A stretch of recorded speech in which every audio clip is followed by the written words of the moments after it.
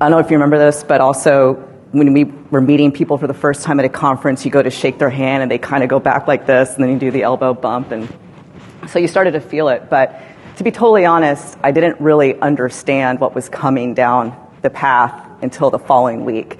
The following week, I was at my daughter's gymnastics class, sitting on the bleachers.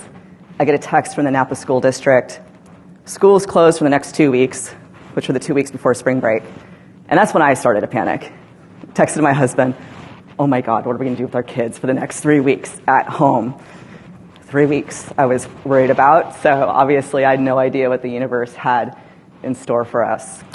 Luckily, things are starting to get back in the right direction. My kids are both in school, hallelujah, started new school, 4th grade and kindergarten, they're thriving. My husband just returned to the workforce last month. He was a stay-home parent over the last 2 years, so he's very grateful to have a new career. And then, as was just mentioned, I just started with Silver Oak 3 months ago and some change, and really enjoying it, really loving it. So one of the first things I got to do during my first 90 days was go through the budget process, and I imagine a lot of us in this room are kind of going through the same thing, or maybe blocking it out because we don't love budgets, but here we are trying to plan for the future yet again. And if anything, life's taught us anything, is that we can't predict the future. But lots of good questions to ask as we are doing this. Oops. Told you I'm rusty at this. A little heavy-handed with the clicker here. So, one of the main questions we're asking ourselves is, what are we trying to get to next year? Are we trying to get back to normal? Is normal 2019? Things were very different in 2019. We saw a lot of visitors come in, no appointment, belly up to the bar. Could be a free-for-all over the weekends, especially September, October. Different experience, right? So now we're doing the seated tasting experience by appointment, and there's a lot more that happens behind the scenes to make that happen, and it costs more money. It does, to drive that experience. But going back to what Caitlin mentioned, which I loved, is that on-premise experience is when you're really building brand. So in our gut, we feel like this is the right thing to do, but as I'm sitting in a budget meeting with my CFO, he's really questioning me on that, and that's good, he should. So there are questions that we're talking about, do we keep doing this? What are the advantages? What are the trade-offs? Does this model truly improve engagement, or is it just an anecdote that we're all spreading around? Are the customers actually spending more, and what the heck do we do next? So we'll go through some of the advantages as illustrated by one of our talk reservation reports in September. Higher demand, right, because we changed the model. So we didn't have as much room to come in, and so we have people clamoring to get a tasting in, but there's a super long wait list. So we're seeing that we're booked up throughout the week, which is great, being booked up midweek when those could be tougher days historically to fill up. What's nice as an operator is it's easy for you to plan your staffing, which is the highest chunk of your operating expenses are the staffing. And it's also, I think, a better experience for your staff themselves because they kind of know what to expect coming in. They know how many tables they're going to host that day. They get a feel for what's coming, so it makes them feel a little bit more prepared to meet the day. Again, it's less of a free-for-all. I personally didn't love bellying up to a bar to try and do a tasting. It was really difficult. It just didn't feel as engaging to me. That was my personal preference. But we did see customers were spending more in this new experience, and we loved that. But of course, I can't be honest with our CFO without also talking about some of the trade-offs, right? So in this model, you definitely have limited capacity, so less room for growth. In total, we were seeing 35% less total customers this year versus the same time frame in 2019. So that's a big drop. And overall, total net sales were down 10% because that average sale wasn't quite yet making up for that volume drop in customers. A couple more things just to share. The other thing that was interesting was the new customer funnel that definitely was affected by this model. So we saw 35% less new customers come in this way. Existing customer volume, those people that had visited us before, that dropped by 32% as well. But again, that new customer spend went up 40% from 2019, which was enticing. Existing customers spent almost 30% more than 2019. And as a whole, as a cohort, they brought in 60% more dollars than new customers. So some things to keep in mind as we walk through this. So as I'm sitting there with the CFO and going back and forth and talking about different things, in my gut I'm thinking, I know that we're budgeting for 12 months. Okay, that's what we do. We budget for 12 months. But I just wondered out loud, isn't this better in the long run, that brand building? Won't they be more loyal with us up front as they come through the door? Won't that pay off down the road? So I had to take a look at our information and kind of work up this long-term customer migration model. So this is where we get really data heavy, so bear with me. I'll try to make it a little painless as possible. So first I looked at retention. So historically, going back to 2015, looking at those individual new cohorts, new customer cohorts that came in each year. So over time, what did they spend that first time? When they came back and spent with us the following year, what did that look like? So first, we look at retention. This was really eye-opening for me. So over time, the data shows us, on average, only 9% of that new customer cohort that comes in through the door, only 9% of them come back the following year and spend. And when I mean come back, it could be in the tasting room, it could be in the club, it could be e-commerce. I was looking at this as kind of a holistic model. So that kind of hurt me right here. We're losing 91% of the people that walk through the door. But then you see it stabilizes after a while. So once they come back that second year, then 74% of that group sticks around, 81% of that group sticks around, 79, and so on. So that was interesting. So then we looked at the spend, right? So the new customer comes in, the following year they decide to come back with us.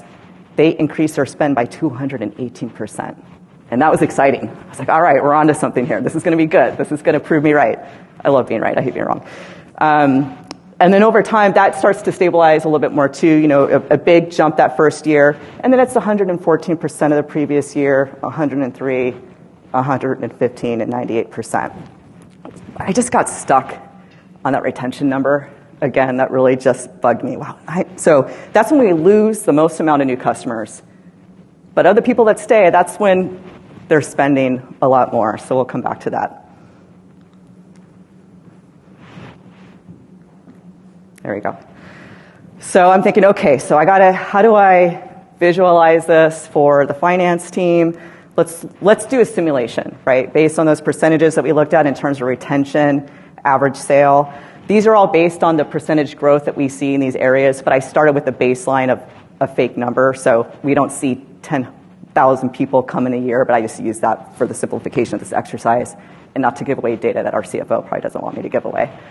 So let's say in 2019, we start with 10,000 visitors, and their average sale is $100. So in that start year, that cohort gives us $1 million. Remember, that drops down by over 90%. So the next year, we get 902 of those customers to come back and purchase. Their average sale goes way up, and then we see that broken out over time. So over time, that ends up being $1.7 million from that new cohort.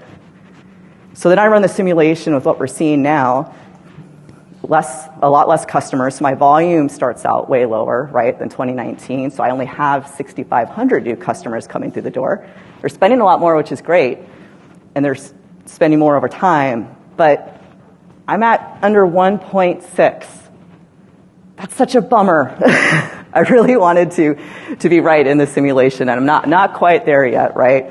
We still have a gap of 9% in net revenue. So then you think about, okay, what are some other ways we could close the gap? So we could try to get more people in, increase that new customer cohort. So to close the gap that way, I need to find 650 new purchasing customers.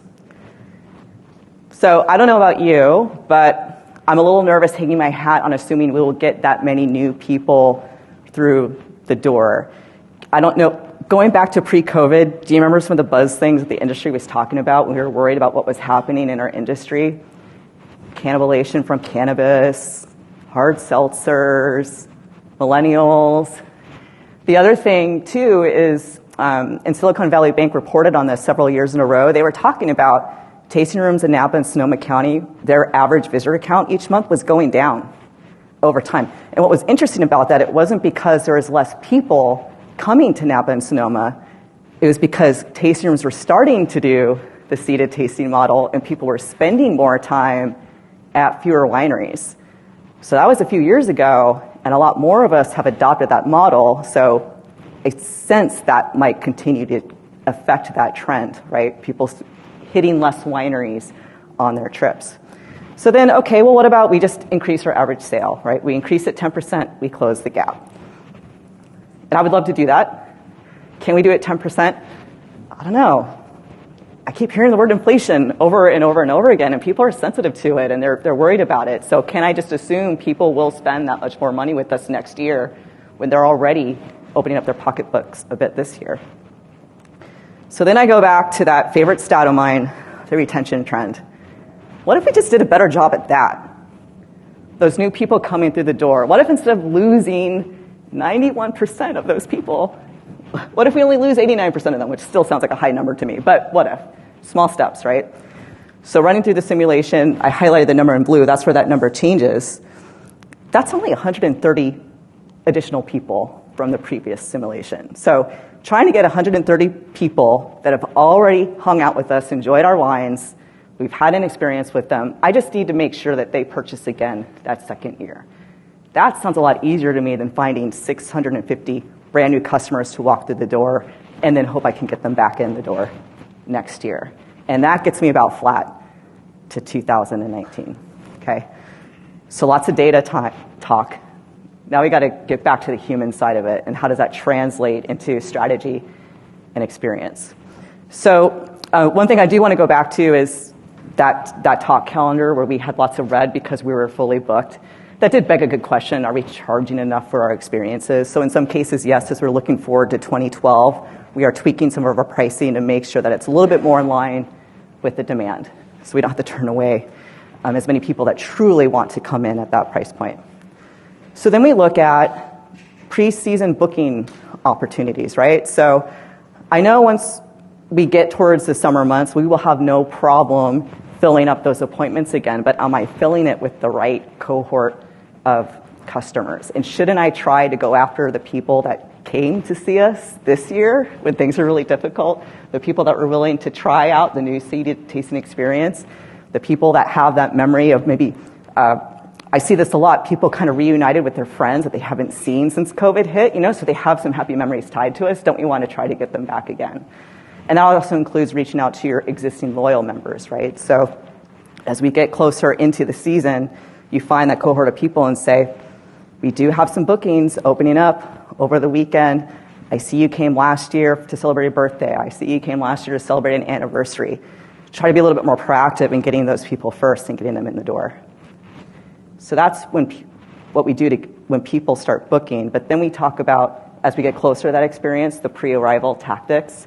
And I have some really fun examples of this later. But again, going back to talk, you have a spot where customers can write in notes like, I am here celebrating a birthday or an anniversary or reunited with friends. That's really helpful for the team to know what to look for when those people come in. And if somebody's saying, I come all the time, hopefully they're also seeing that and not giving them the same spiel that give everybody that walks through the door, right? They already know your brand story, so have it be about something else. And then, of course, you still need to keep the new customer funnel going to some extent. So this is what I love is it's no longer an either-or conversation. Do you do bar tastings? Do you do seated appointments? You can do both. Bar tastings are great for people that they didn't plan ahead or they just had a little extra time and they were down the road and they were hoping that you could squeeze them in. And instead of having to say, oh, you don't have an appointment, I'm so sorry, we can't help you out. But we'd love to have you for a seated tasting. We don't have slots available, but we'd love to have you come join us at the bar for a splash of some wine. And then maybe we can help you book an experience a little bit down the road. So that's another opportunity to look for. And that will help you with your new customer acquisition. So going back to that pre-arrival example, this is something that I really get excited about. So Timeless is a wine that the Silver Oak family released last year, the 2017 vintage. It was this inaugural vintage. did really well online, sold out relatively quickly. So now we're into our second vintage, and the buzz isn't as high as it was with that inaugural vintage. And while we know that we'll still sell out of the wine, it's taking a little bit longer. So how do we help with the trajectory of getting it to sell out? How do we build up the momentum? So this is going back to the pre-arrival discussion. So we started looking at future bookings a week out and seeing who was coming in. Right? Is somebody coming in for a special occasion? There was one client that particularly stood out to me. It was somebody that had come multiple times to Silver Oak. They bought our high price point wines. He was bringing his boss and a bunch of clients that he wanted to impress. Okay, so that stuck in my mind. We saw people that spent a lot of money on Silver Oak just in general. Okay, that's also a good cohort to look at that might be interested in Timeless. These people bought Timeless last year but haven't yet this year. Let's make sure we give them a pour. So we looked at those different examples, and it wasn't that much time. It didn't take that long. And that week we got $17,000 from 3 different customers because we had taken the time to make sure, hey, let's give them the special pour. Because this is I should have mentioned this at the top. This is an expensive wine. It's for us. It's $5.25 for a 3-pack, so it's a consideration. You know, it takes a while to want to purchase a wine like that. You want to taste it, but you don't want to taste it to everybody if you don't know if they're really going to purchase it. So that was an example that I loved. So a lot of what I did during this process, I'm just very curious by nature, and that's very helpful because you start asking all the different questions and listening to the questions that people are asking you. So if the CFO is asking me questions, I'm like, that's legit. I should find out a little bit more about that and start thinking about different pieces of data I might have that can help me get to an answer. Sharing insights and connecting the dots is really helpful. What I forgot to mention with the Timeless piece is we have a customer care team, and somebody was calling about an order, and they happened to mention that they were coming in, and they said, oh, is that new Timeless out yet? And customer care said, yes. They said, oh, I'd really love to taste it. I'm on it. So they made sure to connect the dots with our tasting room staff and let them know that that customer was coming, and that helped turn around that sale. That was great. Data is only so helpful if you keep it to yourself, is the point I'm trying to get at. Embrace the unpredictable. You know, I could have, when I first did that spreadsheet back then and saw that my thoughts that, oh, this is going to pay off in the long run, that initial model didn't work out, I could have just tossed it out the door and moved on. But I realized that the answer could be found elsewhere within the same parameter of information. I just needed to look at it a little bit differently. So don't get too bogged down in not getting the answer that you want, and maybe see what else you could learn from it. Don't assume the answer is either or. It wasn't about, do we do seated tastings? Do we do bar tastings? And then be curious and keep experimenting. Sometimes you have to experiment several times. It doesn't always work the first time. So much of this is luck. Can we be honest? So much of this is luck in getting people at the right time. So try not to get too dismayed if something doesn't work out the first couple times. Give it. I think that's it. All right. Very insightful. Does anybody have any questions about this talk or this topic?